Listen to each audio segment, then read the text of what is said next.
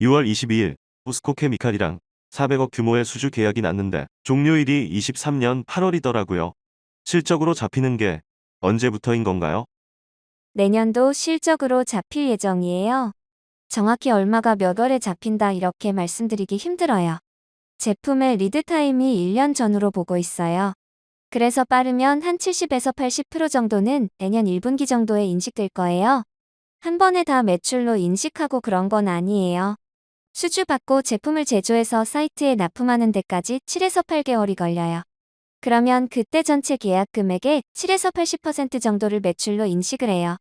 그 후 사이트에서 설치하는 동안의 진행 기준에 따라서 일부씩 매출로 인식을 하게끔 돼 있거든요. 6월 달에 계약을 했으니까 아무리 빨라도 내년 1분기 정도의 제품을 인도할 수 있어요. 그렇게 되면 1분기에 7에서 80% 정도가 잡혀요. 이번에는 금액이 크잖아요. 이게 원래는 3건으로 나눠준 계약이었어요. 그래서 건별로 납기 일정이 상이하기 때문에 다르게 잡힐 수는 있어요. 독일의 ETS를 인수했는데 원준에서 어떤 역할을 하게 되나요? 기본적으로 ETS는 지금 원준 GmbH죠. 여기가 업력이 120년이 넘어가는 회사예요. 1888년도 설립한 회사예요. 그래서 여러 가지 열처리에 관련된 기술과 엔지니어와 레퍼런스를 가지고 있어요. ETS에서 가지고 있던 기술을 응급제 적용을 해서 시장에 진출할 수 있었어요. ETS는 배터리 사이클링이나 탄소 섬유 그리고 연료전지 이런 부분까지도 많은 부분에 대해서 기술과 레퍼런스를 가지고 있어요. 향후에 이런 부분이 시장이 국내에서 커진다고 하면 이 기술을 통해서 국내 시장을 선점할 수 있지 않을까 이렇게 보고 있어요. 일단 이익을 내려고 인수를 한 건 맞아요. 당장에 캐시를 들어오게 한다기보다는 많은 기술을 가지고 있고 또 독일 법인에서 가지고 있는 공급망 같은 부분도 있잖아요. 이런 부분들을 활용할 수도 있어요. 여러 가지 측면에서 인수를 했어요. 지금 당장 가시적인 성과가 나온 거는 대부분의 계기가 됐고요. ETS 사업 관련해서 2021년 말 기준으로 200억 원 수준의 적자를 30억 원 규모로 축소를 했다고 하더라고요. 200억은 아니었고 작년도가 한 120억 정도 적자가 났었어요. 그리고 21년도 와서 한 30억 정도로 적자 폭이 많이 줄은 거는 사실이에요. 그럼 이쪽은 올해 안에는 턴어라운드 가능할 것처럼 보이나요?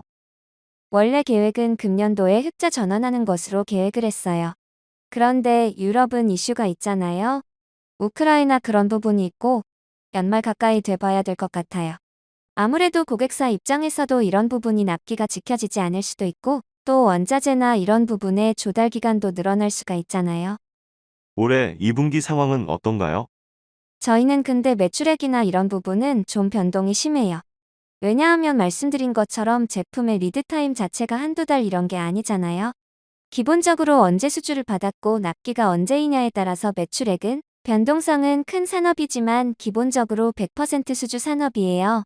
제품을 미리 만들어 놓고 고객사에 세일즈를 하거나 그런 건 아니에요. 고객사로부터 공급 계약을 체결하고 제품을 제조를 하는 거라서 아마 투자자분들이 좀 보실 거는 수주를 얼마나 많이 확보를 하느냐 이게 관건인 것 같아요. 이거를 확보를 하고 대략적으로 한 1년 뒤에 매출로 전환이 된다라고 생각하시면 매출 변동이나 이런 부분까지도 체크를 하실 수 있을 거예요. 그래서 올해 전체적으로 봤을 때 시장에서는 작년에 매출이 한 620억 정도였는데 올해는 한 1,500억 전후로 시장에서는 예측을 하는 것 같아요. 올해 포스코 매출이 안 잡히면은 매출로 잡히는 것은 작년에 했던 건드리겠네요. 작년에 연말에 수주 받았던 SK머티리얼즈 쪽하고 절강포화 있잖아요.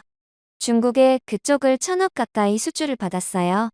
그 부분에서 100%다 금년에 되지는 않겠지만 대부분은 금년의 매출로 이어진다라고 볼 수 있어요. 매출은 그래서 가능하죠. 대부분 금년도에 인식이 될 거라고 보고 있지만 요즘에 워낙 변동성이 컸잖아요. 코로나도 있었고 전쟁 이런 부분 때문에 납기가 지연이 될 수는 있어요. 매크로적인 이슈 말이 나와서 중국 봉쇄나 러우 사태로 원자재 가격이 많이 올랐잖아요. 판가 정가 부분에서 수주 당시에 원재료 가격을 바탕으로 맺었던 가격과 수주를 진행하면서 오른 원재료 가격이 달라서 작년 수주는 영업이익이 떨어질 수도 있는 거네요. 저희가 직접적으로 구입하는 회계상 원재료로 하는 부분은 크지 않아요. 전체 원가에서 대부분이 외주 가공비로 들어가거든요. 저희 제품이 산업용로니까 옆에 외부가 케이스가 있을 거잖아요. 대부분 철이나 알루미늄으로 이루어져 있어요. 철이나 알루미늄 가격이 작년도 초부터 해가지고 급상승했어요. 그래서 일단 그 부분이 원가 부담이 상당히 많고요. 말씀하신 대로 최근에 포스코 계약을 했잖아요. 여기에는 원자재 인상분이나 그런 부분이 많이 반영이 됐죠. 근데 그걸 100% 고객사에 전가시킬 수는 없어요. 저희가 일부는 부담해야 되고 또 저희도 협력사에 일부는 부담시켜야 되는 거고요. 그러니까 원자재가 급등하게 되면 수익률 자체는 떨어질 가능성이 있어요. 임가공 쪽은 마진이 보장되게끔 해요. 저희는 아니기 때문에 원자재 가격이 오르면 원가에 부담이 되는 건 사실입니다. 철이나 또 알루미늄 이런 부분을 많이 쓰거든요. 음극재용 장비 납품이 본격화될 전망이라고 해요. 작년 말에 한 700억 정도 SK그룹이랑 음극재 장비 수주했었잖아요. 음극재용 장비는 단가가 높아가지고 수익성 측면에 긍정적이라고 하는데 양극재 장비와 비교했을 때 이익률은 어라운드 어느 정도 차이가 나는 건가요? 네, 맞습니다. 지금 딱 얼마다라고 말씀드리기 힘들어요.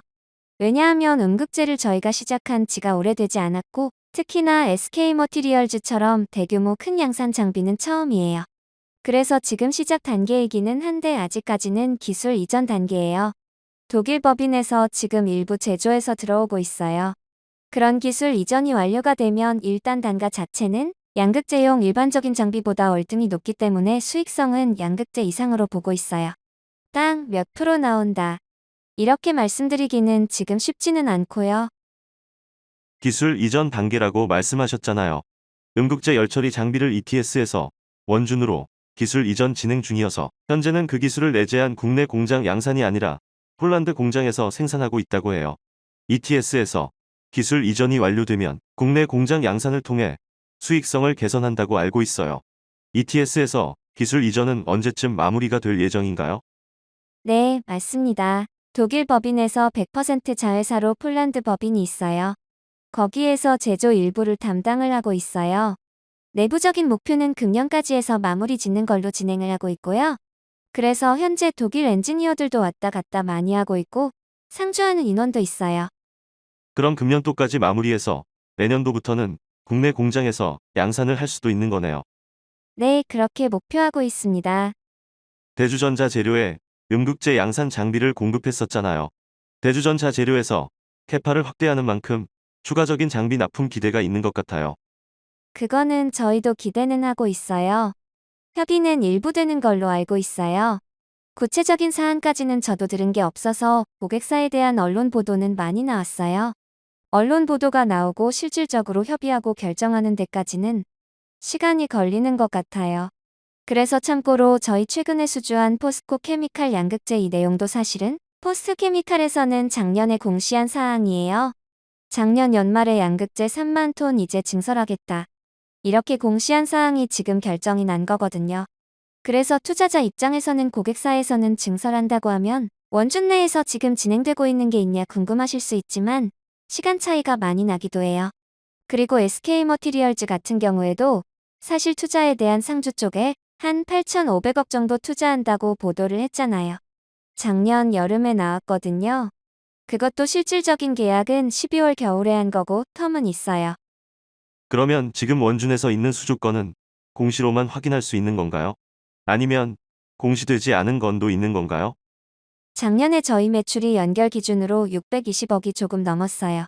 62억이 넘어가는 거는 의무 공시 사항이에요. 그러니까 프로젝트가 62억이 넘어가면 반드시 공시해야 되는 거고요. 그게 안 되는 거 단품으로 저희가 장비 한 대가 들어갔다. 이런 거는 특별한 공시 대상은 아니라서 안 나갈 수도 있지만 저희는 프로젝트 하나가 작은 금액은 거의 없어요. 대부분 고객사에서 캐파 증설이나 이런 큰 프로젝트랑 묶여 있어서 한 번씩 나오면 큰 금액이라서 그거는 대부분 공시가 된다고 볼 수 있어요. 거의 단품 수주가 아닌 이상은 대부분 다 된다고 봐야 되는 거죠. 네, 그렇지만 단품수들은 그렇게 많지는 않아요.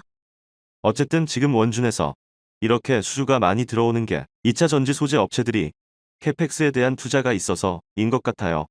2021년 8월 기준으로 수주 잔고가 2,381억이라고 알고 있어요. 그거는 저희가 공모를 하면서 원준 플러스 해외 법인도 많이 있잖아요. 중국 법인, 폴란드 법인, 미국 법인, 독일 법인 이런 거를 전체를 포함한 금액 같아요. 실제 거기서도 원준 국내 같은 경우는 그 정도의 40% 정도예요. 전체 2,300억의 40% 하면 한 900억 정도 되거든요. 작년 9월도 그런 수준이었어요. 그러면 현재 그 기준으로 해서 수주 잔고는 늘어나고 있는 추세인가요? 월등히 늘어났죠. 독일 법인만 해도 작년에 1,000억 이상 수주 잔고를 가지고 있었고 중국 법인도 300억은 되는 것 같고 그쪽으로 봐도 엄청 증가는 했다. 이렇게 보실 수가 있어요. 지금 기준의 수주 잔고는 어느 정도인지 어라운드로 알 수 있나요? 그거는 해외 법인까지는 말씀드리기 애매해요. 국내 법인으로 말씀드리면 저희가 작년 연말에 1,500억 수주가 있었고 그중에 매출이 1분기에 440억 매출로 실현이 됐잖아요. 그럼 1,500억에서 440억을 빼면 한 1,000억 정도 수준이었고 다시 요번에 440억 딱 1분기 매출하고 유사하죠. 수주를 올렸기 때문에 지금은 1,500억 이상이라고 보시면 돼요. 퀀트K 리포트에서 직원을 많이 채용 중이라고 하던데 음극재를 비롯한 신사업부 인력에 대한 채용인지 아니면 수주 잔고 증가에 따른 인력 증가로 보면 되는 건가요? 음극재 이런 부분도 있지만 지속적으로 저희가 사이트가 늘어나고 향후에 수주 예상되는 부분에도 인력이 더 필요한 사항이잖아요. 그렇기 때문에 설계나 기술 인원은 지속적으로 추가로 지금 받고 있어요. 신규 사업은 신규 사업만 하는 사람을 따로 뽑는 것보다는 지금 저희가 리사이클링이나 연료전지나 이런 부분들을 독일 법인에서 대부분 많은 기술을 가지고 와서 하는 거기 때문에 이거는 시간은 좀 걸릴 거예요. 왜냐하면 국내 시장 자체가 형성이 돼야 되잖아요. 근데 아직까지는 시간이 좀 필요한 것으로 보여져요. 전구체나 이런 부분은 아직 양산된 기술은 아니잖아요. 마지막 질문으로 V15 예수 해제 물량은 IBKSEV 신기술 투자조합으로 9.9% 공시 통해서 6월 3일 매도 물량을 확인했는데 이게 추가로 출하될 가능성이 있나요? 잠재적 오버행 이슈는 있어요. 왜냐하면 일단 저희가 최대 보호 예수 물량이 상장 후 6개월이었어요. 근데 신기사는 3개월짜리도 있었고 하니까 지금은 이제 보호 예수는 다 풀렸어요. 우리 사주 3만 주 빼고는 다 풀렸는데 당연히 최대 주주가 팔 계획은 없어요. 그러면 나머지 문제가 되는 게 신기사 세 곳이 가지고 있는 물량인데 여기는 어쨌든 SI로 들어온 건 아니고 FI로 들어온 거니까 언제든지 나올 수 있는 물량이에요. 만기는 내년 8월 정도인 걸로 알고 있어요. 펀드니까 만기가 있을 거잖아요. 만기 전에는 나올 수도 있고 만기 연장도 가능하다고는 들었어요. 한 2년 정도까지는 만기 연장도 가능한데 일단은 FI 물량은 아시겠지만 만기 전에는 보통은 나오는 추세잖아요. 그쪽도 지금 2019년에 들어왔으니까 3년 정도 됐거든요. 충분히 나올 수 있는 물량은 맞아요. 근데 거기서 저희한테 팔겠다 보고하고 하는 건 아니라서요. 중요하게 드릴 말씀이 있습니다. 무슨 일이시죠? 내용이 도움이 되셨다면 구독과 좋아요 부탁드립니다.